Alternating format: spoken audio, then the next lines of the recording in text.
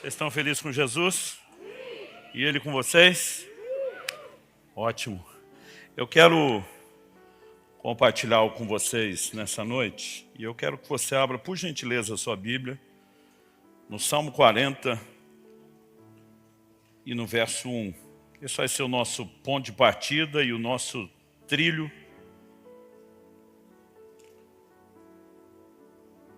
Eu pensei bastante a respeito dessa oportunidade de falar com gente mais nova e qual que seria um bom assunto para conversar com vocês. E a verdade é que tem muita coisa, mas o que Deus colocou no meu coração diz respeito a algo que vocês que ainda vão construir muito da vida, seja a vida em Deus, do ministério, da família, algo que vocês vão precisar aprender e desenvolver para cooperar com Deus, que diz respeito a um elemento chamado paciência. E o Salmo 40, verso 1 diz assim: esperei com paciência pelo Senhor, Ele se inclinou para mim e me ouviu quando clamei por socorro. Você pode repetir isso comigo? Diga: esperei com paciência pelo Senhor, Ele se inclinou para mim e me ouviu quando clamei por socorro. Bom, essa primeira frase, esperei com paciência pelo Senhor, fala de duas coisas. A primeira delas, obviamente, é a espera. A segunda, a atitude da espera. Quando ele diz esperei com paciência no Senhor, na verdade há um jogo de palavras no original hebraico em que foi escrito, e essa frase seria quase que, se fosse traduzida literalmente, quase como que esperei esperando pelo Senhor. Na verdade, a mesma palavra traduzida como esperar, muitas vezes é traduzida como paciência. Então, alguns entendem que em vez de simplesmente ele repetir esperei esperando, a ideia esperei com paciência cabe um pouco mais. E o tema da minha mensagem hoje é esperando no Senhor. E eu gostaria de começar pelo conceito da espera. A espera é algo bom ou ruim? Para a maioria de nós, algo ruim, porque a gente é acelerado. Eu, particularmente, às vezes prefiro comer num restaurante que a comida não é tão boa, mas me atenda logo, do que naquele que a comida é muito boa, mas tem fila.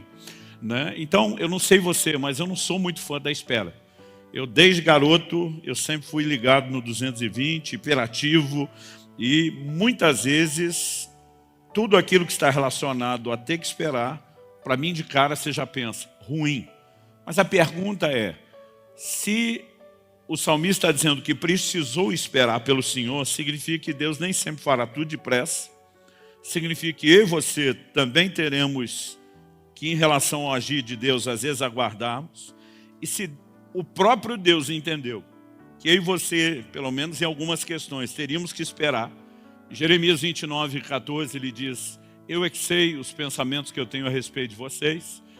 Ele diz, são planos de bem e não de mal, para vos dar um futuro e uma esperança. Então, esse Deus, que tem uma forma específica de agir na minha e na sua vida, ele diz, eu é que sei o que eu penso a seu respeito, e ele diz, é algo bom. Isso envolve, inclusive, os processos que ele estabeleceu. Então, se eu e você enxergarmos o que é que está por trás da espera, ou o que pode estar envolvido nela, talvez a gente consiga enxergar um pouquinho mais o elemento daquilo que é bom. Eu acho que o primeiro conceito tem muito mais a ver com desconstruir o errado do que construir o certo. O primeiro conceito que eu acho que a gente precisa trabalhar é que esperar não é necessariamente falta de fé. Digo isso porque ao longo de uma vida, eu fui pilhado, provocado a exercer minha fé, a buscar Deus, e normalmente a ideia e o conceito que a gente tinha de fé é que tinha que ter resultado depressa, tem que chegar logo lá, tem que acontecer. E muitas vezes a ideia de estar esperando é porque não está acontecendo. Mas o próprio Davi diz que Deus se inclinou para ele, que o ouviu quando clamou por socorro, no entanto, ele teve que esperar, ou seja, o Deus que se inclinou e que ouviu não fez depressa.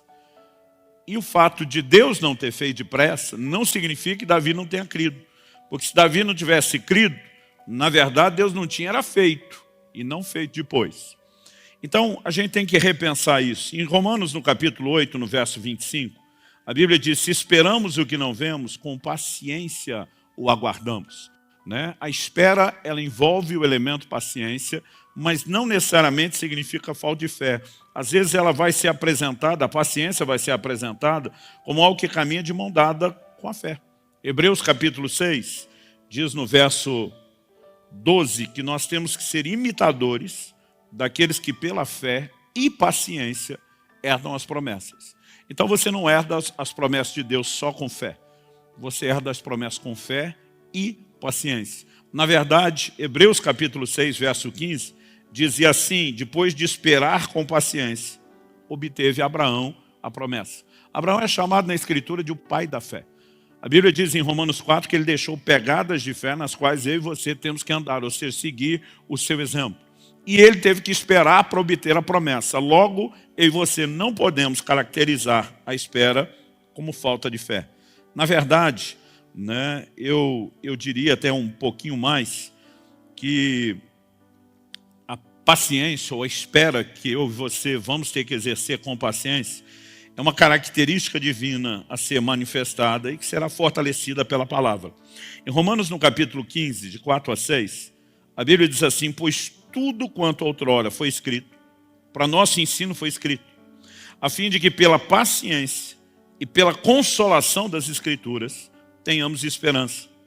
Ora, o Deus da paciência e da consolação vos conceda o mesmo sentir de uns para com os outros, segundo Cristo Jesus, para que concordemente a uma voz glorifiqueis ao Deus e Pai de nosso Senhor Jesus Cristo.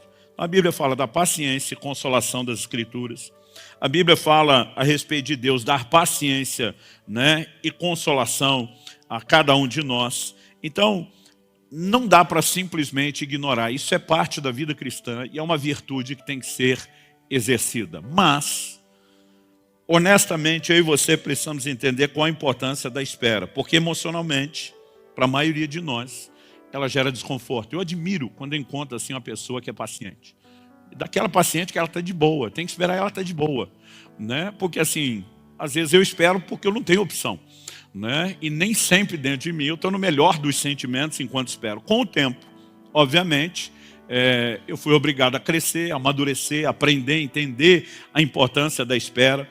Mas uma das coisas que me ajudou foi compreender no plano de Deus aonde ela entra.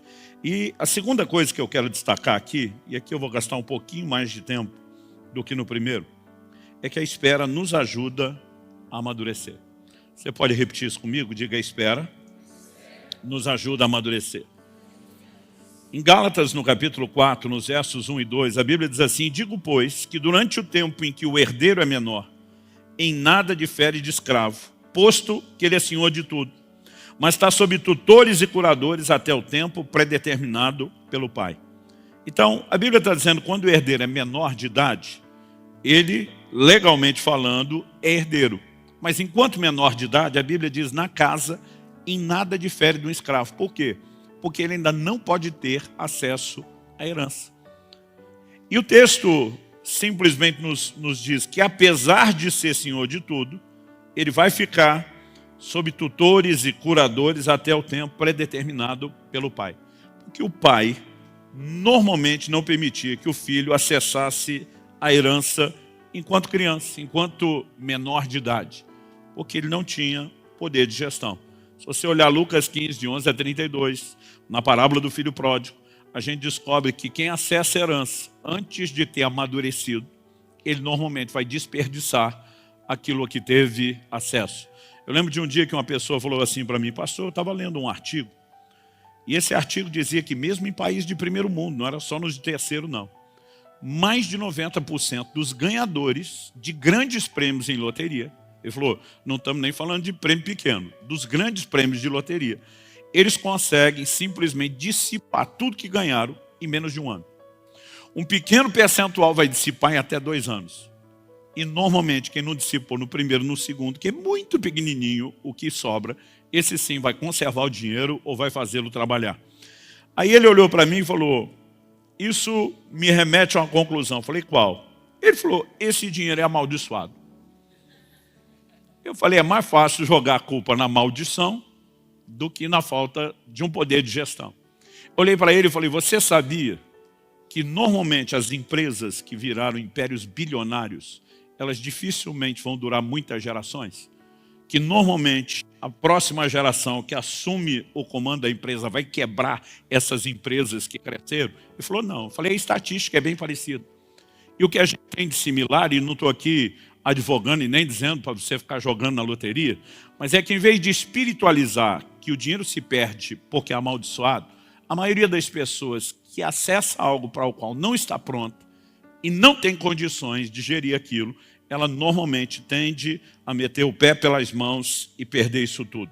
Quando você pensa nessa perspectiva, isso deveria levar eu e você a entender que em relação ao chamado de Deus, ao plano e ao propósito de Deus para as nossas vidas, as coisas que Deus quer fazer não apenas em nós, mas através de nós, existe uma similaridade, um entendimento, né, a respeito de preparação. Então, por exemplo, a Bíblia fala a respeito do obreiro aprovado. E essa aprovação não é meramente da parte de Deus.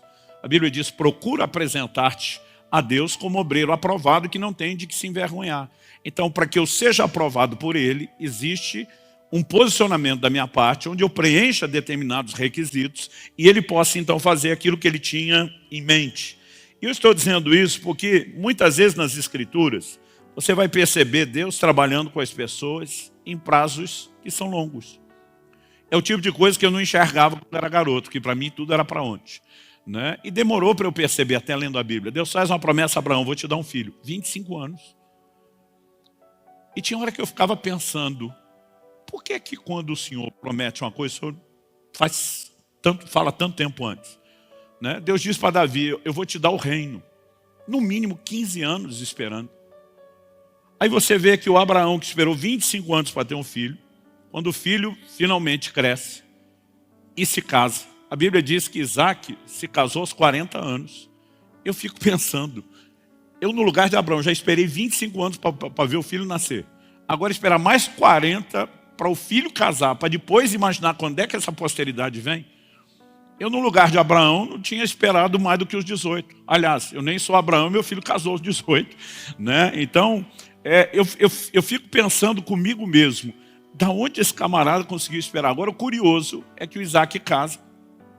E a semelhança da mãe, ele se casa com uma mulher que também não podia ter filhos. O homem que herdou a promessa do pai, eu vou te dar uma descendência numerosa, também está diante do mesmo problema, não pode ter filhos. A Bíblia diz assim, que Isaac orou insistentemente ao Senhor.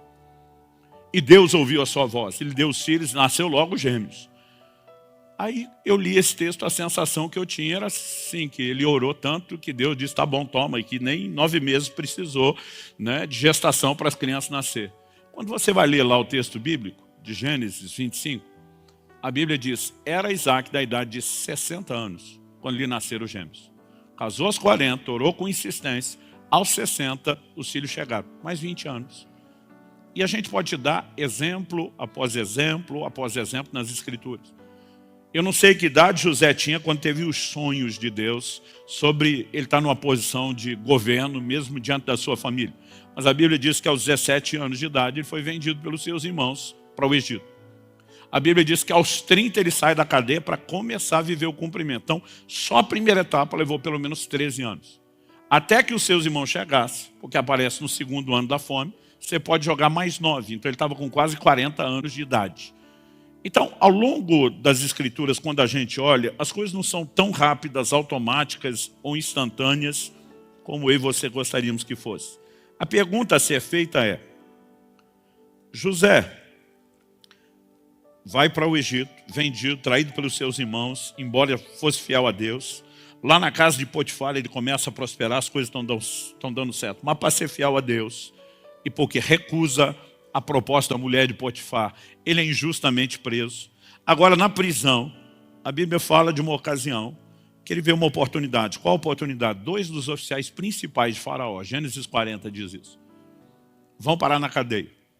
Para os dois terem ido para a cadeia, provavelmente levantou-se a ideia de uma conspiração contra o rei, mas isso ainda não tinha sido investigado, porque senão os dois estariam mortos. Quando aqueles dois estão lá na prisão, cada um tem um sonho. José interpreta o sonho de um, o sonho do outro. Para o primeiro ele diz, deu bom. Em 3 dias você sai da prisão, vai ser restaurado ao seu carro, sua vida volta ao normal. Para o segundo, que era o copeiro, ele diz, deu ruim, perdeu.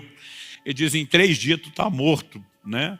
A coisa vai complicar para o seu lado. Mas na hora que ele dá a palavra para o copeiro, não para o padeiro que vai morrer, mas para o copeiro que vai ser promovido, José termina e diz assim, e quando você for restituído ao seu cargo diante de Faraó, lembra do teu servo aqui, que te ofereceu consolo na hora difícil, que te trouxe uma palavra de alento. E a Bíblia diz que quando tudo aquilo aconteceu, a Bíblia diz que o copeiro não se lembrou de José. Eu fico pensando, essa história é para você passar o resto da vida contando para os filhos, para os netos, né? Olha, eu estava preso, morrendo de medo, não sabia o que ia acontecer, tive um sonho, o cara interpretou o sonho, me deu uma palavra de Deus, aconteceu tudo exatamente do jeito que ele falou. Quem é que esquece uma coisa dessa? Mas a Bíblia diz que o copeiro se esqueceu de José. Curioso é que 2 anos depois ele vai lembrar. Então você não pode dizer que o problema é de memória, né? Porque a probabilidade de lembrar era mais cedo e não 2 anos depois do ocorrido. Mas muitas vezes o que eu e você não paramos para pensar é que Deus sabe lidar e gerenciar as circunstâncias de uma forma que eu e você não temos a menor noção.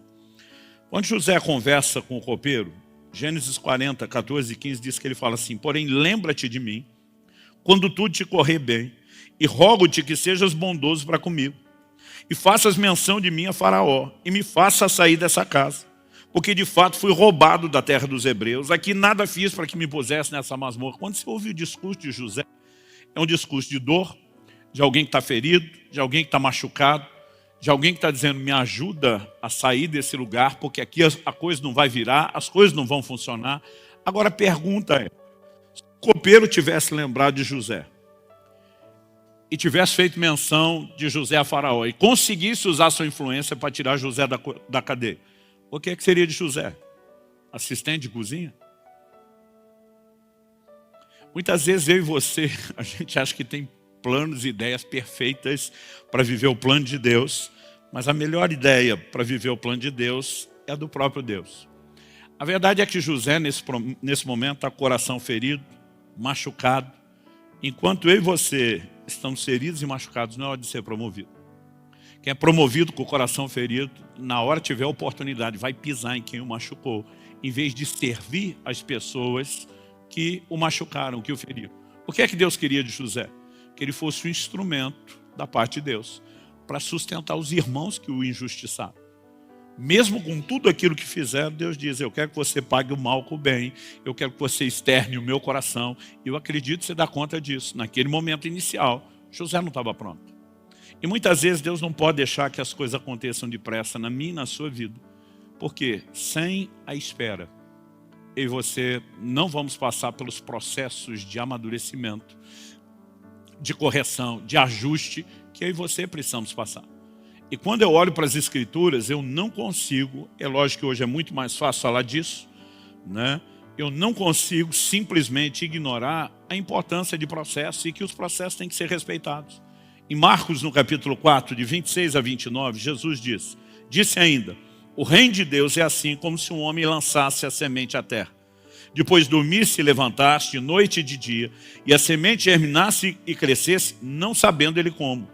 A terra por si mesmo frutifica. Primeiro a erva, depois a espiga, por fim o grão cheio na espiga. E quando o fruto já está maduro, logo se lhe mete a foice, porque é chegada a ceifa. Então qual é o mecanismo? Primeiro você planta. A semente foi plantada, vai germinar. Quando germinar e romper terra afora, né, o que é que vai aparecer? Primeiro a espiga, depois vai encher de grãos na espiga, mas não adianta colher enquanto não estiver maduro. Processos. Esses processos têm etapas, essas etapas requerem tempo e não adianta antecipar absolutamente nada disso. Eu li uma história muito tempo atrás de um camarada que viu uma lagarta, né, no quintal da casa dele, numa das plantas, e ele queria acompanhar o processo, viu ela fazendo casulo, e ele estava ansioso para ver a bichinha transformar em borboleta. Mas ele relatava que aquilo demorou e demorou muito. Demorou para fazer o casulo nunca abria, ele todo dia ia checar, né? Quando finalmente começou a dar sinais de abertura, e ele estava naquela torcida, vai, aquilo também não andava depressa. Todo dia abria só um pouquinho mais, e teve um dia que ele, aborrecido, cansado de esperar, resolveu ajudar aquela lagarta.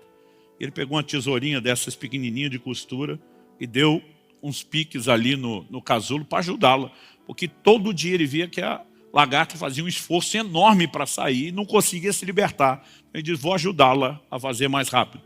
Né? Quando finalmente ela saiu do casulo, para ele foi uma frustração, porque não era mais a lagarta que entrou, mas também não era a borboleta que ele esperava.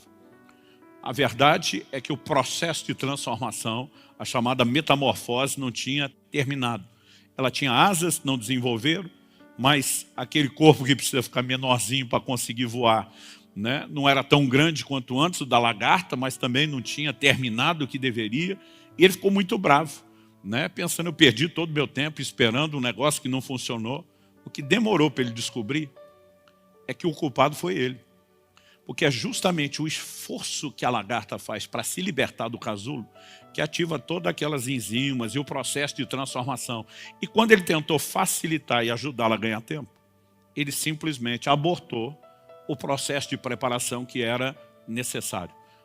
Eu fico imaginando que às vezes eu e você temos o mesmo desespero, ou do lado de dentro do casulo, ou do lado de fora assistindo outros, desesperado para dar uma mãozinha, né? E dizer, vamos agilizar, vamos fazer andar, vamos fazer acontecer, mas a verdade é que sem o tempo, processos podem ser interrompidos. Então, eu tive uma lição muito cedo, logo no início do meu ministério, e normalmente eu falo mais disso para pastores e líderes do que só para a igreja. Mas em agosto de 1993, eu tive um acidente de carro, quando eu estava assim no terceiro ano de um ministério itinerante. O ministério estava bombando, considerando a nossa realidade da época, não existia internet, né? As pessoas só tinham acesso a dois tipos de mídia, rádio e televisão. O rádio era caro, a televisão nem se fala. A televisão brasileira é a televisão mais cara do mundo, é o mercado mais inflacionado do mundo.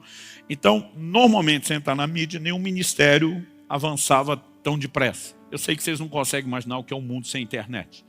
Aliás, vocês não conseguem imaginar o que era um mundo sem telefone celular, né? E a gente, naquela época, já fazia uma média de 2, 3 cidades por semana, né? Porque a propaganda, o boca a boca na época, por causa daquilo que Deus estava fazendo, era algo muito intenso, as portas foram se abrindo. Eu lembro quando começou o ano de 93, a gente tinha, digo a gente falando por toda a equipe, a agenda do ano todo de 93, a hora que o ano abriu já estava assim, completamente cheia, fechada, 2 cidades por semana durante todo aquele ano. Em 94, a gente protegeu a agenda para não abrir nada antes, só para os convites internacionais, ou seja, para as perspectivas da época, o negócio estava bombando, estava indo com tudo.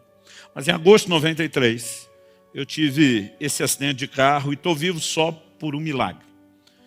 Os irmãos que iam me visitar no hospital diziam, olha, eu vi o estado do carro, eu vi o lugar onde a ribanceira onde vocês caíram, né? Deus realmente guardou você. Tudo que eu pensava é, já que Deus ia guardar, Ele não podia ter arrumado o carro lá na estrada, em vez de esperar eu me arrebentar todo lá embaixo, para depois dizer, eu te guardei lá embaixo. Eu pensava, por que Ele não me guardou lá em cima? Pensava, não falava, mas pensava. Aí eu lembro dos médicos, dos enfermeiros dizendo, cara, teu santo é forte, alguém lá em cima vela por você. Não era para você ter escapado dessa não. O dia que um neurologista me explicou o que tinha acontecido, falou, isso aqui é a sua tomografia, né? Eu lembro de resultados que ainda vi, dificuldade para distinguir entre massa branca e cinzenta no cérebro, lesão nas partes moles. Ele falou, esse traumatismo craniano que você teve aqui foi algo sério, delicado. Ele falou, sua cabeça, você bateu tanto. Ele brincou assim, imagina que ela virou quase um liquidificador. Né? E ele começou a descrever, ele falou, olha, o ponto principal onde nós tivemos que remendar a sua cara foi a região da fonte. Né? Ele falou assim, e a pancada nesse tipo de lugar costuma ser fatal. Era para você ter ido. E eu lembro desse cara dizendo, teu santo é forte, alguém lá em cima está cuidando de você. Os enfermeiros que me socorreram disseram, olha, nós reconstituímos sua pálpebra esquerda, ela rasgou mais da metade. E não existe ângulo, né, onde qualquer coisa possa rasgar tanto a pálpebra que não toque no globo ocular. Então, se não fosse morrer, era no mínimo você ter perdido a vista, né, a visão do olho esquerdo. Alguém cuida de você, mas com todo mundo falando de tudo que Deus fez, eu ficava só pensando, Já que o Senhor ia fazer um milagre, não podia ter feito ele inteiro, não podia ter me guardado de tudo isso. E o problema não era só isso, era todo o questionamento que ficava dentro de mim, né? Eu tinha acabado de trocar de carro e tinha essa viagem de mudança para Curitiba. Eu pensei, quando chegar em Curitiba, faço seguro. Até hoje não fiz e o carro deu perda total, né? Tudo que estava dentro do carro era toda a minha vida, toda a minha mudança estava dentro do carro. E o que não se perdeu, nós caímos nessa ribanceira, a gente que estava com o cinto dentro do carro ficou, todo o resto foi sendo jogado para fora, né? O que não se perdeu na chuva e no barro, na lama, foi roubado como as malas enquanto a gente era socorrido. Eu descubro que eu estou só no hospital, com a roupa do corpo rasgada, ensanguentada e que não presta, e que não sobrou nada. Guardado as devidas proporções, eu me sentia, né, mais ou menos no lugar de Jó, com a síndrome do para-raio. Está caindo tudo na cabeça. E a angústia era, Deus, por que é que isso aconteceu? Né? Eu lembro que alguém perguntou assim, vocês oraram antes de viajar? Eu falei, meu amigo, a gente não orava só antes de viajar, a gente orava a viagem inteira. Falei, na hora do acidente, a gente já estava orando 6 horas sem parar. Aquele carro era uma reunião de oração ambulante. Não venha me dizer que foi falta de oração. Aí, de vez em quando, um dizia assim, alguém deu brecha. E sempre tem tipo os amigos de Jó, aqueles amigos da onça para julgar você. A verdade é que aquilo me gerou uma crise, eu ficava falando para Deus, dizia, Deus, certeza que esse acidente foi coisa do Satanás. Mas eu dizia para Deus, o diabo só pode tocar com permissão. Ou minha, ou sua. E eu dizia para Deus, nós dois sabemos que não fui eu que dei a permissão. Ou seja, por eliminatório eu dizia, por que o Senhor faria isso? E a minha vontade era dar um sermão para ele sobre como ser Deus. Tipo, o Senhor ganha para cuidar da gente, para fazer o seu trabalho, o que é que aconteceu? E eu ficava questionando Deus, o que é que aconteceu? Por quê? E o pior é que não tinha resposta. Né? Eu sou o tipo de pessoa que eu tenho dificuldade com o silêncio. Quando eu casei, eu falava para a Kelly, 28 anos atrás, dizia, se você me ama, briga comigo. Porque briga no sentido de discussão, de argumentação. Às vezes queria discutir algo, ela não, tá bom. Eu dizia, tá bom, coisa nenhuma, você não vai defender seu lado? A gente tem que conversar, tem que argumentar esse negócio. E eu dizia, se você me ama, nós temos que discutir as coisas. Mas assim, nós temos que ir para as águas profundas. Não pode ficar no raso. E eu dizia para Deus, fala alguma coisa. Nada, silêncio. A verdade, esse silêncio durou 1 ano e 3 meses. Até que no dia em que eu estava sendo ordenado, estabelecido no Ministério Pastoral, agora já estamos falando de novembro de 94, né? Então, quase 30 anos atrás, eu tive uma experiência que seria muito marcante. Os pastores começaram a impor as mãos sobre mim, profetizar. 2 desses 3 pastores já estão com o Senhor. Um deles, muitos de vocês conheceram, que serviu a casa aqui, foi o pastor Francisco. Mas o Francisco falou coisas do meu coração, como nenhum dos outros, por mais que os outros foram palavras proféticas muito precisas, ele falou de coisas assim que eu nunca tinha falado para ninguém, coisas que eu não admitia nem direito para Deus, até medo de falar isso para Deus. E depois eu fui conversar com ele, eu falei, cara, nunca vi uma revelação dessa, que palavra profética foi aquela? Ele olhou para mim e falou, eu não estava profetizando. Eu falei, você não estava profetizando, estava fazendo o quê? Porque se isso não é Deus falar, eu não sei o que é. Ele falou, não disse que não era Deus falando. Eu só disse que não era eu profetizando. E eu falei, me explica o que você está dizendo. Ele falou, na hora que eu impus as mãos para orar por você, ele falou, eu vi um anjo de Deus em pé do seu lado. Eu falei, como assim viu? Ele falou, vi como você está me vendo. Ouvir e falar comigo como você está me ouvindo. Eu dizia, tipo, do jeito que acontece lá na Bíblia, aquelas aparições de anjos. Eu ficava pensando, quem que vê um anjo não sai contando para todo mundo, gente? Aí ele falou assim, e quem me contou todas aquelas coisas foi o anjo. Ele falou, inclusive, deixa eu falar o que eu não falei em público. E aí ele me deu detalhes. Basicamente, o anjo disse o seguinte, no momento em que apareceu do meu lado, e ele foi impor as mãos sobre mim, o anjo disse para ele, você tem uma preocupação muito grande com esses ministérios. Eu tinha 20 anos de idade, gente, solteiro. Eu brinco que hoje nem eu teria ordenado eu mesmo daquela época ao ministério. Eu ia esperar amadurecer, eu ia esperar crescer, eu ia esperar estar pronto. Então, eu entendo a preocupação do Francisco, mas aquele anjo falou assim, o Altíssimo te faz saber que eles estão nas mãos dele. Eles estão no lugar certo, na hora certa, fazendo a coisa certa, e não há motivo para que você se preocupe. Traduzindo, vai dar tudo certo. E disse que aquilo tranquilizou o coração dele. Mas o anjo apontou para mim e disse, quanto porém a este? E aí o caldo entornou para o meu lado. O anjo disse assim, ele é rebelde. E ele não aceita o tratamento de Deus na vida dele. E doeu ouvir isso. Porque o anjo aparece para Daniel, chama de homem muito amado. Aparece para Gideão, chama de homem valente. Falei, pô, velho, não rolou nenhum adjetivozinho bom, nenhum elogio para mim. Eu me rebelei para provar que não era rebelde, mas não adiantou, só provou o ponto. E ele disse assim, ele não aceita o tratamento de Deus na vida dele. Então ele emendou e falou, apontando para mim e disse, diga para ele que o acidente de carro que ele teve no ano passado foi, como ele diz nas orações dele, foi de fato uma tentativa de Satanás de destruí-lo. Ele está certo quando diz isso. Mas diga para ele, por que Deus o permitiu? E o anjo começou a dizer o seguinte, o ministério dele estava crescendo mais rápido do que a capacidade dele de se deixar ser preparado, trabalhado por Deus. E era só uma questão de tempo. Ele ia sucumbir debaixo do peso do próprio ministério. O sucesso se transformaria em fracasso, porque não tinha estrutura para suportar o lugar onde ele estava entrando. Então ele diz, o diabo queria pará-lo, porque o via como uma ameaça. Deus precisava pará-lo para não perdê-lo. E até hoje, mais de 30 anos se passaram, eu tenho vergonha de contar a história. Porque eu passei 1 ano e 3 meses julgando Deus, questionando Deus, né, tentando ensinar ele a ser Deus, e na verdade ele estava me guardando, estava me protegendo.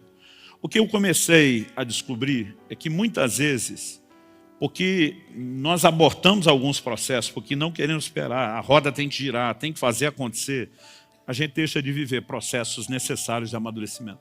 Então o anjo apontou para mim e disse, nos próximos anos, Deus vai tratar profundamente com ele nessa cidade. Aos poucos, ele vai começar depois, na hora certa, voltar a viajar, até que lentamente chegue o momento onde ele esteja pronto para voltar a fazer aquilo que ele faz. Sabe quanto tempo levou? 25 anos. Foi só quando eu fiz a transição da igreja, da Alcance aqui, Curitiba, que o pastor Marciano assumiu.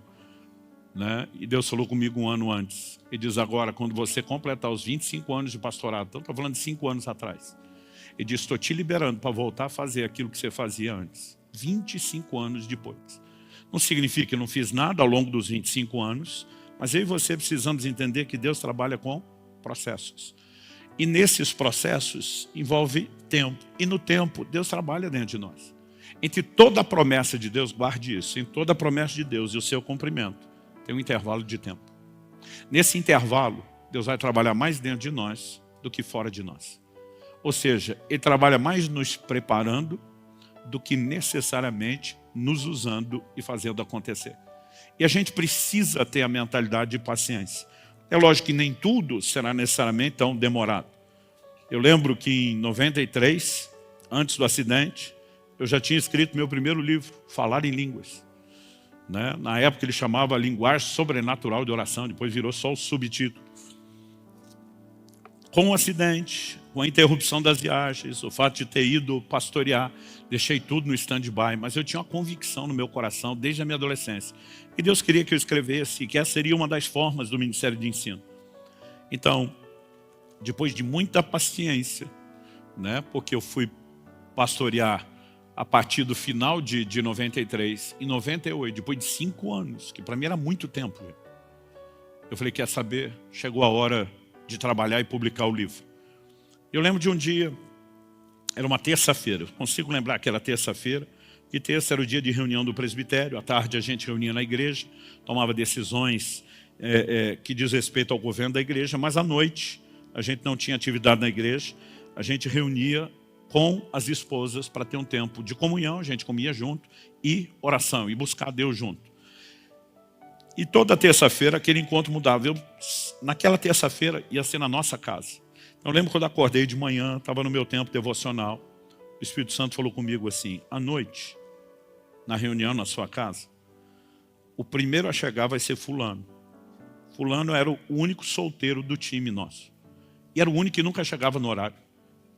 A gente ficava bravo com ele, a gente dizia, tu não tem nem mulher para culpar, pode dizer que é ela que fica, né, demorando para arrumar. Aliás, a gente chamava ele de noiva, porque a gente dizia que ele parecia uma noiva no dia do casamento, do tempo que ele levava para se arrumar. E aquilo assim, era um teste de paciência para todo mundo. O Espírito Santo me disse, ele vai chegar meia hora mais cedo. Eu falei, isso é um evento apocalíptico. Você chegar no horário já é avivamento. Imagina chegar meia hora mais cedo. E o Senhor me disse, a razão pela qual ele vai chegar mais cedo é porque eu dei a ele essa noite um sonho a seu respeito. E ele quer falar com você, mas não na frente dos outros. Mas quando ele chegar, ele vai estar muito cheio de dedos, de cuidado. A conversa dele vai enrolar muito. Você manda ele cortar o papo, diga para ele que eu já te falei do sonho, que é para ele ir direto ao assunto. A gente pensa no dia que não passava. Esperei aquilo o dia inteiro. Nossa reunião era 8 horas, 7h30 a campainha toca. Eu lembro quando atendi ele na porta. E eu já fiquei impressionado. Falei, Deus está nisso. Aí ele entra, começa aquela conversa mole. Será que chove? Será que não chove? Eu falei, fulano, corta o papo. Deus me disse hoje de manhã que se ia chegar meia hora mais cedo. Isso nunca aconteceu antes, eu imagino que nunca mais vai acontecer. Ele me disse que ia chegar antes porque você teve um sonho. Ele te deu um sonho a meu respeito. E você queria contar isso antes dos outros chegar. Quando eu falei isso, ele arregalou os olhos. Eu lembro dele, até hoje eu lembro dele dizendo, Santo Deus da glória, é de Deus. Aí o bicho ficou valente. O pior, que eu pensei, o que quer que seja que ele vai falar, eu já validei antes. Ele olhou para mim e falou, sabe o seu livro do Falar em Línguas? Falei, sei. E eu já estava esperando ele dizer, vai ser traduzido para várias línguas, vai para as nações, vai ter a tiragem, vai isso. Sei. E aí? Ele falou, Deus me disse que de novo, você saiu na frente dele antes do tempo e não soube esperar a hora. E aí meu chão sumiu. Por quê? O livro já estava na gráfica rodando. Eu fiquei pensando, o senhor não podia ter falado isso semana passada? O que é que eu vou fazer com esse negócio a hora que sair da gráfica? Mas de alguma forma, naquele momento, eu estava dizendo, de novo, você não soube esperar. Um dia desse alguém falou, poxa pastor, a gente fica feliz de saber, o senhor com tantos títulos, mais de 2 milhões de livros distribuídos, né? Esse negócio da noite pro dia, eu falei, fala que foi da noite pro dia de novo, que eu dou em você. Falei, 30 anos construindo, esperando esse negócio, você vê que foi da noite pro dia. E tinha momentos, eu lembro de um dia assim, que eu falei, Deus, meu maior inimigo não é o Satanás, é você. Porque o diabo não pode impedir o seu plano, o seu propósito. Se eu estalar o dedo, esses livros vão acontecer. Mas o senhor não estala o dedo. Qual é o seu problema? Eu lembro de um dia que eu falei, quer saber? Eu desisto desse negócio. Eu já nem sei se o senhor prometeu, se fui eu que quis, da minha parte. Eu desisto, eu abro mão, enterro esse negócio. Aliás, foi a partir desse dia que começou a acontecer. Quando eu e você queremos muito que alguma coisa aconteça, a gente está dando sinais de que não está pronto para isso. Nossas próprias expectativas sinalizam que nós misturamos alguma coisa dentro da gente. E eu tive que aprender a esperar com paciência. Isso foi em 2008. Em 2001, um dia eu estava orando e o Espírito Santo falou assim comigo, na hora certa, uma das pessoas que eu vou usar para empurrar e movimentar os seus livros e levar isso para um outro patamar, se chama Márcio Valadão. Na época, Igreja Batista na Lagoinha, em alta na internet, né, na televisão, diante do trono nem se fala. Pensei, um padrinho desse, meu amigo, é o que qualquer um ficaria feliz. 2 anos depois dessa palavra, um dia num evento, alguém me apresenta ao pastor Márcio Valadão. Eu fui lá para ouvi-lo nesse evento de pastores, e quando eu estava entrando, alguém falou assim, vem cá, deixa eu te apresentar aqui ao pastor Márcio. Falou, pastor Márcio, esse menino tem abençoado muito nosso estado. E quando falou e mencionou meu nome, falou, eu já li um livro dele. Pensei, me confundiu com alguém. Mas eu não quis ser indelicado e dizer, não, o senhor me confundiu com alguém. Aí quando ele falou, já li um livro seu, eu falei, é mesmo? Qual? Ele falou, um que você fala do agir de Deus, o agir invisível de Deus, que dá o testemunho do seu acidente. Pensei, ele leu mesmo. Ele falou, filho, você me abençoou tanto com aquele livro. Eu queria muito que você fosse ministrar em Lagoinha. Aí começou a tocar a música da pastora Ludmila na minha cabeça. Chegou a nossa vez, chegou a nossa hora. E lá fui eu, janeiro de 2004, ministrar na Batista Lagoinha. Eu lembro, Paulo, meu irmão, foi comigo. A gente botou tanto livro dentro do carro, Rafael, para divulgar os livros lá, que as rodas do bichinho estavam assim até torta. Eu lembro a gente não tinha como conciliar uma agenda rápida como ele queria, então acabei aceitando pregar em 2 cultos por semana no mês de janeiro. Primeira semana de janeiro. Belo Horizonte debaixo de chuva, descendo morro. Mas ainda assim, eu lembro que a pastora que me recebeu num dos cultos, ela falou, olha, pastor, desculpa, com a chuva, com as férias, reunião está vazia. Reunião vazia era umas 2.500 pessoas. Eu pensando, para quem acabou de começar outra igreja, que era a primeira das Alcances de Irati, que estava com as 150, né? Eu pensei assim, acho que nós já temos um bom movimento. Mas eu lembro que na hora de ir embora, depois dos 2 cultos, das 2 reuniões, eu perguntei para o meu irmão, falei, e aí? Como é que foi? Ele falou, como é que foi o quê? Eu falei, os livros. Gente, eu botei livro, na época, a R$5, parcelando em 5 de 1. Tinha livro que me custava mais do que isso. Mas eu estava quase naquela filosofia do traficante, a primeira vai meio de graça e depois a gente tenta, né? Mas eu lembro que eu perguntei para o Paulo, falei, e aí, quanto vendeu? Ele falou, 150. Falei, 150 livros? Ele falou, não, 150 reais. Vendeu 30 livros. Aí eu falei, não, estou falando sério. Ele falou, eu também. Eu falei, nos 2 cultos, nas 2 reuniões, ele falou, é. Ele disse, vem cá. Aí ele abriu o porta-mala do carro e mostrou, estava tudo igual ao jeito que veio. Eu falei, não foi dessa vez. Mas também o pastor Márcio não estava aqui para fazer a propaganda. Alguma coisa vai acontecer. E não aconteceu nada, ninguém nunca mais me chamou. Ninguém tocou no assunto, ninguém falou de livro. E eu lembro que simplesmente na minha cabeça eu cheguei a uma conclusão. Falei, Deus não falou nada, eu acho que eu inventei o que eu queria ouvir e vamos botar esse negócio de lado. 2013, acho que foi finalzinho de 2012, o Lou Engle veio dos Estados Unidos para fazer um decol em Belo Horizonte, nos pediram ajuda, a gente traduziu e publicou o livro dele, o DNA do Nazireu, e a gente fez a movimentação para estar lá. Mas eu lembro que a turma disse, você consegue estar com a gente no decol? Eu falei, olha, estou no meio do evento, não consigo não. Mas eu lembro que um dia a Nívia falou comigo, com a Kelly, falou, olha, tem um momento que os adolescentes vão estar orando, mesmo que vocês não possam ir, manda Israel para lá. A gente precisa de uns adolescentes crentes, sérios, comprometidos com Deus para esse momento de oração. Eu falei, não, ele dá, tem condições. Né? Conversei com ele, falei, filho, você vai. Falei, olha, você vai ficar na casa de amigos, organizei as coisas. Mas eu lembro quando eu estava num evento em São Paulo ministrando, que eu comentei, falei, olha, meu filho vai ter um momento de oração lá no Descentes. Cara, e por que você não está lá? Eu não estou lá por causa de vocês, dessa agenda que eu estou aqui. Os caras, pelo amor de Deus, vamos mexer nessa agenda. Quando que ele ora lá? Eu falei, na sexta-feira. Você prega na quinta, encerra no sábado, compra uma passagem de última hora, vai lá estar com seu filho, o menino está começando, você tem que estar junto. E lá fui eu só para dar uma de pai coruja, só para vê-lo orar 5 minutos. Orar, não era nem pregar. E por que fui? Um dos organizadores me viu no evento e falou, você apareceu. Eu falei, só vi um pouco, já estou indo embora. Vou daqui para o aeroporto. Ele falou, cara, deixa eu te apresentar o Lu, que quer te agradecer o negócio do livro. Eu falei, claro. Ele falou, na verdade a turma já foi para o restaurante, você pode comer com a gente? Posso. Aí me levaram. Quando cheguei lá, entre outras pessoas estavam na sala, pastor Márcio, todo mundo.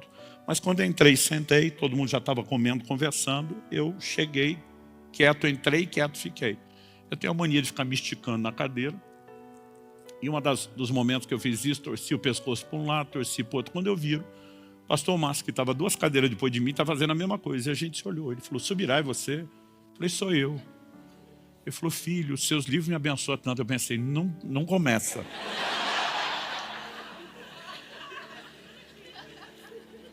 Aí ele falou, o último que eu li foi de todo o coração. Ele dizia os nomes. Ele falou, filho, como você me abençoou? Tem algum livro novo saindo? Eu falei, estou escrevendo um que é o propósito da família. Ele falou, sai quando? Eu falei, não sei, eu estou submetendo ele a vários líderes primeiro. Você não me daria a honra de ser um desses que possa dar uma olhada? Eu pensando, não cria expectativa, o senhor já me frustrou antes. Ele disse, filho, anota meu e-mail. Ele falou, vou te dar meu e-mail pessoal, manda para mim. Anotei e mandei, nunca disse se recebeu, nunca falou se leu. Eu falava, a Deus, eu estava quieto, o senhor nem precisava ter falado nada disso comigo. Mas aí no início de 2013, alguém entrou em contato comigo um dia e falou, olha, pastor Márcio quer que o senhor venha pregar num evento, na Conferência Espírito Santo, e fique para os cultos de domingo. Eu olhei a agenda, já tinha um compromisso, falei, não posso. A pessoa falou, ninguém fala não, pastor Márcio. Falei, eu vou falar, eu já tenho um compromisso. E eu lembro que o pessoal começou a insistir, eu lembro que a secretária da igreja dizia, o senhor vai falar não, pastor Márcio. Eu falei, eu tenho um compromisso, eu não vou derrubar alguém por causa deles. Não dá. Pergunta se dá para mudar. Não, não dá, pastor, o evento é no feriado, não tem. Eu falei, paciência. E aí eu falei, e manda um e-mail na minha frente, que eu quero ver você falar ou não. Eu lembro que ela estava com o coração pesado, mandou um e-mail, falei, certeza? Deixa eu ver se está na pasta enviado. Saí. Quando saí, entrei numa reunião. Quando entrei na reunião, o pessoal que marcou a reunião para desmarcar o evento da semana anterior. Calma. Aí, olha, nós vamos ter que desmarcar o evento da semana anterior. Quando desmarcaram, eu lembrei que o pessoal que estava com o evento da outra semana, que era um pessoal lá do Pará, eles ficaram me ligando e disseram, cara, quando nós marcamos com você, a gente nos tocou que era o feriado de Corpus Christi. Não dá para mudar o fim de semana. Eu falei, também não dá, porque eu tenho um compromisso. Falou, cara, nós temos um casamento aqui no Corpus Christi, que é o casamento. Tá aquele cara assim, que é o milagre, ter casado. Nós não podemos ter um evento, não dá para ter casamento no meio, não estamos sabendo como vai fazer isso. Falei, cara, você decide se quer ou não quer o evento, eu não posso mudar. Quando desmarcou, eu liguei para ele. Falei, amigão, lembra aquele fim de semana antes que você queria? Por causa do casamento, acabou de liberar. Ele falou, pois é, o cara não vai mais casar. Falei, o sangue de Jesus tem poder? Aí eu falei, sério? Ele falou, sério, o negócio mudou aqui. Por quê? Eu falei, não, eu achei que você estava com aquele problema, se você não está, deixa para o outro. Ele falou, mas se você quiser a gente muda. Eu falei, não, você não vai ter, não muda. Eu já estava nessa, também não quero ir. Aí ele falou, mas se a gente mudar, você tem algum outro evento para atender? Eu falei, eu tenho, mas não é importante, vamos manter. Ele falou, deixa eu decidir se é importante, quem é que te chamou? Eu falei, amigo, se não vai ter o casamento, acabou. Ele falou, Subirá, não vou desligar esse telefone sem saber qual o convite que você tem. Qual a proposta que você tem de remanejamento? Eu falei, um pessoal de Belo Horizonte, quem? Agoinha.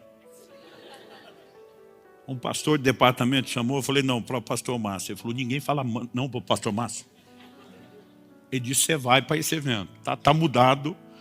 Aí eu lembro que eu voltei e falei, você mandou e-mail? A secretária falou, mandei. Eu falei, desmanda. Ela falou, não tem mais jeito. Eu falei, me passa o contato da pessoa. Liguei e falei, você já recebeu o e-mail? Ele falou, ainda não. Eu falei, olha, eu te mandei um e-mail com a negativa, mas uma santa bagunça aconteceu aqui. Eu vou, mas é nos meus termos. Ele falou, estamos aceitando qualquer coisa. Resumo, lá fui eu. No culto de domingo, o pastor Márcio pegou meu livro, nesse inteirinho tinha saído o livro da família. E ele falou, gente, eu tive o privilégio de ler esse livro, que o Subirá me mandou um e-mail antes. É um material fantástico, vocês nunca me verem recomendando nada. Ele está vendendo um preço ridículo, que é para ajudar vocês, mas menos se fosse um valor. E ele começou a recomendar o livro. Enquanto ele falava, eu estou sentado, antes de eu subir pregar, começa a encher meu celular de mensagem. O pastor do Rio de Janeiro, que estava assistindo o culto, falou, por esse preço eu quero 4.000 livros. Aí o outro começou a dizer, vai ter que vir aqui lançar. Eu não consigo explicar para vocês qual foi o efeito. Durante um tempo no nosso escritório, o pessoal falava assim, o efeito Lagoinha. Dizia, pastor, nós sabemos se o senhor está pregando lá e o impacto que a Rede Super está gerando só pela intensidade de pedidos. Eu lembro que meu irmão perguntou, por que você acha que nós vendemos só 30 livros? Eu falei, botaram naquele canto, esse negócio é 270 graus de ângulo, 3 andares de altura, tudo quanto é portão, quem é que vai naquele canto pegar o material? Mas naquele canto, que o pessoal chama da tenda da benção, eu vendi de 2013 a 2018, mais de 50.000 livros. Só naquele mesmo canto, sem contar o que aconteceu depois. A verdade é que quando há um tempo correto de Deus, algumas coisas vão acontecer. E quando o tempo ainda não chegou, não adianta você forçar a barra. Hoje é muito mais fácil para mim falar dessas coisas. Porque eu estou no tempo onde quase tudo que foi prometido está acontecendo. Mas até chegar lá foi um parto. E eu gosto de dizer às pessoas algo, que é o seguinte, terceiro e último tópico. Acelerar pode retardar. mais do que a nossa maturidade pessoal, que vai sendo trabalhada durante a espera, eu e você precisamos entender que é o propósito de Deus como um todo.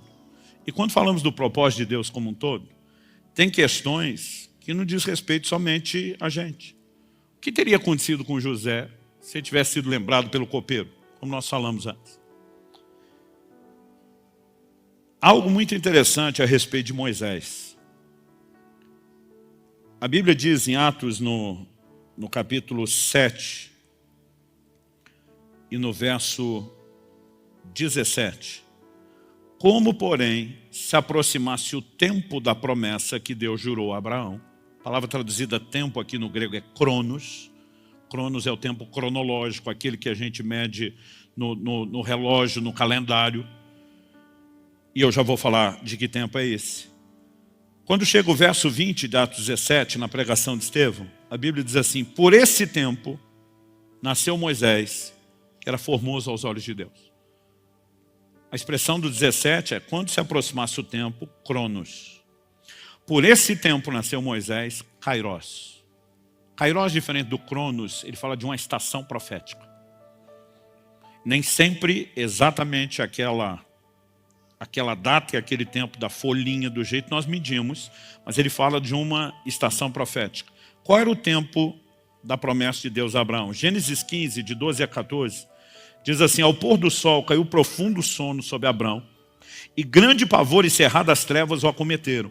Então lhe foi dito: sabe com certeza que a tua posteridade será peregrina em terra alheia, será reduzida à escravidão e será afligida por 400 anos. Mas também eu julgarei a gente a que eles têm de sujeitar-se, e depois sairão com grandes riquezas. Então estamos falando lá do primeiro patriarca, Abraão. Deus diz: deixa eu te dar a letra, o que é que vai acontecer lá na frente. Sua descendência vai ser peregrina. Eles vão sair daqui, eles vão para uma terra onde serão sujeitos à escravidão. Deus diz: vai durar 400 anos.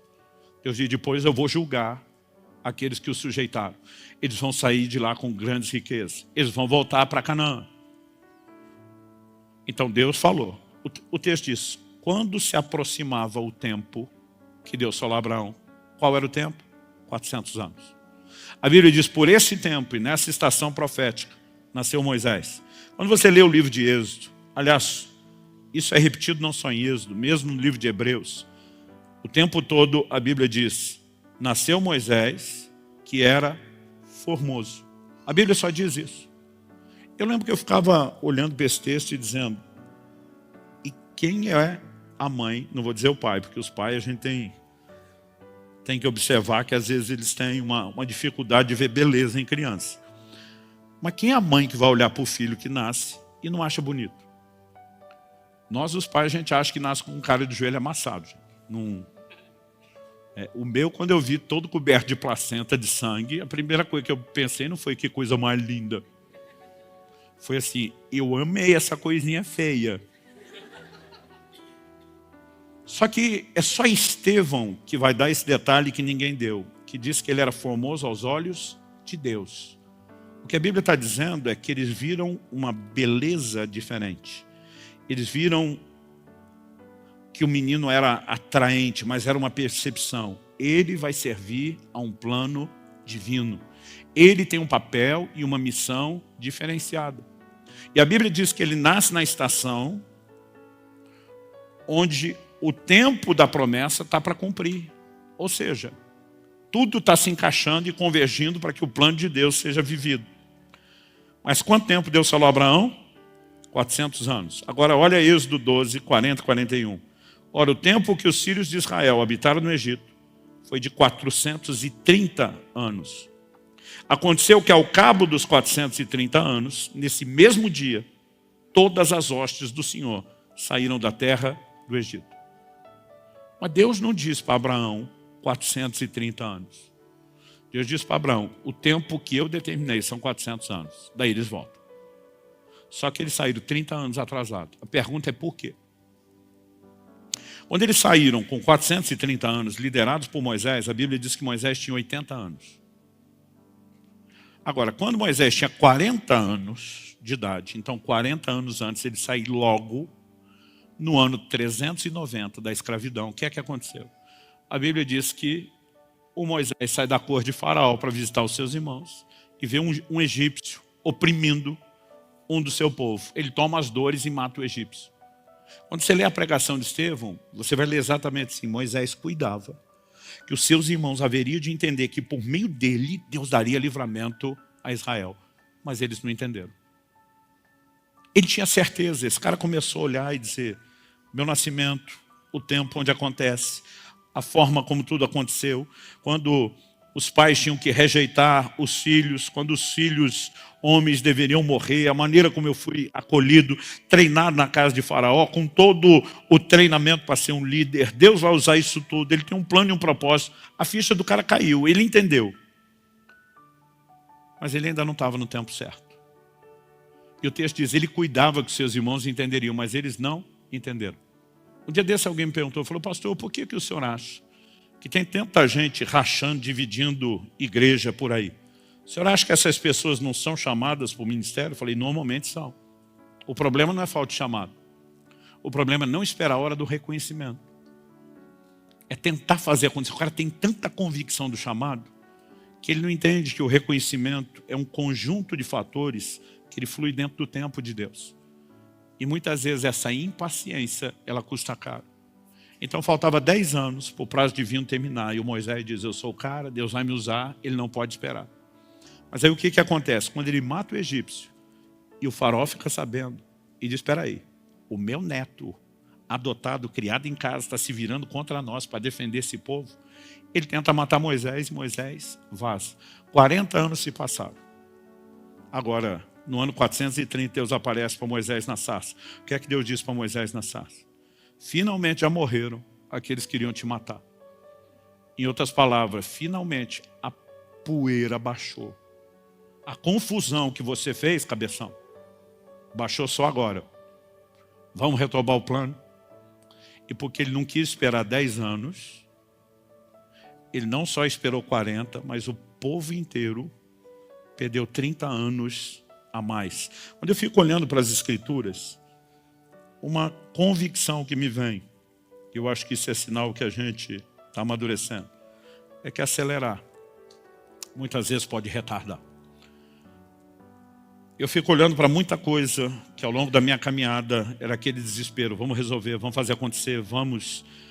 E muitas vezes a gente cria problemas, dificuldades, e para resolver isso, no final das contas, se gasta muito mais tempo, se tem muito mais desgaste do que se a gente soubesse esperar no Senhor. Então, eu preciso trazer uma palavra ao coração de vocês hoje e chamar você ao entendimento de confiança em Deus. O meu e o seu destino não está na mão das pessoas. O que José pensou quando seus irmãos o venderam? Muita coisa pode ter passado na cabeça daquela criatura, mas tipo assim, eles decidem minha vida. Daqui a pouco ele está lá como escravo na casa de Potifar, porque uma mulher inventa uma mentira, ele está na cadeia. Daqui a pouco, na cadeia, ele vai descobrir que Deus usou toda a série desses eventos para deixá-lo na cara do gol. Para que na hora certa, alguém dissesse: tem alguém aqui que interpreta sonhos, ele fosse colocado diante do faraó, e todo o plano e o propósito de Deus pode se cumprir. Mas até que isso acontecesse, eu acredito que eu e você vamos ter que entrar num lugar de aprender a confiar que o meu e o seu destino não está na mão das pessoas, não está na mão das circunstâncias. Há um Deus cuidando de mim e de você.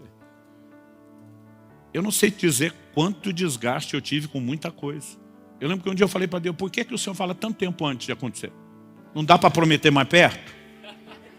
Um dia desse a gente estava numa ordenação, camarada recebendo palavra profética: eu vou te usar, e glória a Deus, aleluia, cutucando os outros. Falei: pobrezinho. Alguém vai falar para ele que não vai acontecer nada depressa? Os outros diziam: não, nós sofremos, deixa ele sofrer. A gente ficava fazendo chacota até do negócio. Aí um dia eu falei para Deus: por que o Senhor fala tanto tempo antes? Não dá para falar mais perto? Em vez de quase matar nós de ansiedade. Mas quando Deus faz promessa, gente, Ele não está só anunciando o que Ele vai fazer. Ele está nos dando a oportunidade de nos prepararmos, de cooperarmos com Ele. E muitas vezes a ansiedade, Ele falou, Ele faz tudo sozinho. Paulo disse para Timóteo: de acordo com as profecias foram ditas a teu respeito, combate firmado nelas o bom combate. E acho que uma coisa boa de quando você já tem um certo tempo de caminhada com Deus é que você comece a entender não só que há processos, que eles requerem tempo, mas a importância do tempo para que eu e você possamos amadurecer. Algo que eu ficava me perguntando para Deus: por que é que o Senhor me chamou para pastorear uma igreja local? O seu chamado inicial era para servir o corpo de Cristo. A sensação que eu tinha era dizer: o Senhor me fez sentir o gosto, me cortou o barato de tudo isso, me confinou dentro de uma estrutura que não me permite viver o chamado. Hoje você sabe o que eu mais ouço dos pastores? Andando pelo Brasil e mesmo fora. A turma diz: Subirá, se você não tivesse sido um pastor local, você não seria tão útil para a igreja hoje. Você não teria noção do que é a realidade da igreja hoje. Ao mesmo tempo, a gente começa a entender depois várias coisas. Você diz: não é que Deus estava certo? Como sempre está. Então, assim, eu queria provocar uma resposta de fé no seu coração, de que há um Deus cuidando de mim e de você. E que a gente pode se abandonar aos cuidados dele sem restrição de confiança. Dizendo: ele vai fazer a seu tempo, a sua forma, a sua maneira, o que tiver ao meu alcance eu faço, no sentido de me preparar, de orar, de estar disposto, de viver, né, cada etapa servindo a Deus da melhor maneira possível. Então, você olha para o José, ele está como escravo na casa de Potifar. A Bíblia diz que ele virou chefe dos escravos. Qual era o chamado dele? Governo, liderança. Aí o cara diz: estou aqui como escravo, vamos começar treinando aqui. Vou ser chefe de escravo. Quando ele vai para a prisão, a Bíblia diz que ele virou chefe dos presos. O cara está treinando em todos os níveis para viver aquilo que Deus tem. O que eu e você não podemos é esperar sentado, fazendo nada. Mas assim, sem acelerar, sem concorrer com Deus, mas cooperando com Ele, se permitindo ser trabalhado, isso vai fazer toda a diferença. Hoje, quando eu vejo algumas coisas acontecendo, eu falo: Senhor, Hebreus 6,10 diz que Deus não é injusto para se esquecer do trabalho, né, que nós fizemos, do amor que demonstramos para com os santos. Essa argumentação de que Ele não é injusto precisa estar no meu e no seu coração. Tem coisas que eu e você fazemos que a gente fica perguntando: ninguém viu, ninguém percebeu, vai ficar por isso mesmo? Mais do que o tio de Esther livrou a cara do rei, ficou sabendo de uma conspiração contra o imperador que dominava o mundo dos seus dias, e ninguém fez nada para agradecer. Só que um dia o imperador perde o sono. Não tinha internet, não tinha televisão. Aí o cara decide ler as crônicas do reino e pede para alguém trazer. O cara abre lá justamente o episódio que fala do Mardoqueu desbaratando a conspiração. O rei pergunta: o que é que foi feito para agradecer esse homem? O cara diz: não foi feito nada. Como nada? Não pode ficar sem gratidão. Pois é, mas se tivesse alguma recompensa, estava escrito. Aí o rei diz: nós temos que corrigir o erro. E ele acorda decidido a arrumar coisa. Aí chega Amã, o maior inimigo de Mardoqueu, que já fez tudo, né, para simplesmente tirar o Mardoqueu do cenário, para matá-lo. E o rei pergunta para Amã: o que a gente deve fazer ao homem de quem o rei se agrada? O besta achando que era com ele. Falou: pegue seus principais oficiais, bote ele no seu cavalo, com o seu manto, com a sua coroa, e o principal dos seus oficiais fique proclamando a grandeza dele. O rei olhou para o Amã e falou: o principal dos oficiais é tu. Mas o cara que eu quero honrar é mais do que eu. E aí, de repente, você olha, tudo aquilo que parecia esquecido, na verdade estava guardado, armazenado, para que na hora certa o crédito pudesse ser colhido. Há um Deus cuidando de mim e de você. E a gente não precisa ficar ansioso com absolutamente nada. Você recebe essa palavra? Vamos ficar em pé para parecer que está acabando.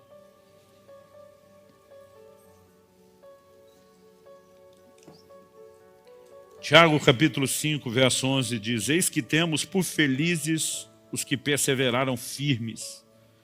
Tendes ouvido da paciência de Jó, e vistes que fim o Senhor lhe deu, porque o Senhor é cheio de terna misericórdia e compassivo. O que é perseverar firme? Essa capacidade de dizer: eu não desisto. Há momentos onde a espera vai mexer profundamente comigo, com você, com as nossas emoções, com a nossa confiança. E nós vamos ser testados, nós vamos ter que questionar, ouvimos mesmo Deus falar? Houve uma promessa? Se houve, nós podemos confiar. Porque Deus não vai quebrar sua palavra, Ele não vai brincar conosco. Mas tem hora que é confuso. Que o Deus que prometeu a Abraão dar um filho, quando Deus diz para ele, agora me sacrifica o filho. Você acha que o velhinho não pensou que Deus estava meio bipolar? Uma hora da filha, outra hora arranca filho, não sabe o que quer. Mas ao mesmo tempo, quando ele vai adorar, ele fala para os servos, eu e meu filho iremos e voltaremos. Ele sabe que ele está indo para matar o menino, mas como é que ele diz voltaremos? O livro de Hebreus diz que ele cria que Deus podia ressuscitar seu filho, porque se tinha promessa, não podia parar naquele sacrifício. E sabe, por mais contraditório que as coisas pareçam, e você precisamos pensar, doido é a gente de achar que sabe melhor do que Deus. Doido é a gente de achar que vai entender a mente, os caminhos e os pensamentos maiores. Nós podemos confiar. Nós podemos confiar. Eu tenho hora que eu esqueço como era a ansiedade nessa fase da vida que muitos de vocês estão. A gente dizia, Maranata, vem Jesus, mas espera eu casar primeiro. Aí depois, quando você resolve a ansiedade de quem é, e finalmente casa, começa a ansiedade, e vem os filhos, como é que lida com os filhos, e como é que vai ser a carreira, e como encaixa o chamado, e como ministério, e cada vez você acha que superou uma, tem mais coisas. Mas hoje, aos 51 anos de idade, já vou, eu posso dizer para você, eu aprendi a dizer como Davi, esperei com paciência no Senhor. A espera é importante, a espera produz resultados em nós, e ela deve ser vivida com a melhor das atitudes. Essa paciência de que é um Deus cuidando de tudo.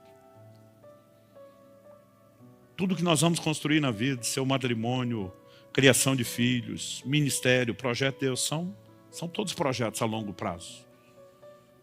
São projetos para uma vida inteira. E você não vai chegar lá correndo em área nenhuma. Vai ter que ter paciência para tudo. Pai, nós te pedimos que não só aqui e agora, mas mesmo depois deixarmos esse lugar de culto, que aquilo que o Senhor começou não só a falar, mas a fazer, produza fruto e resultado dentro de cada um de nós. A gente tentou aplicar isso da forma mais generalizada possível para todo mundo, mas a verdade é que cada um precisa daquela aplicação individual, personalizada, e nós oramos pelo toque do Senhor. Oramos por fortalecimento da fé e da confiança nessa noite.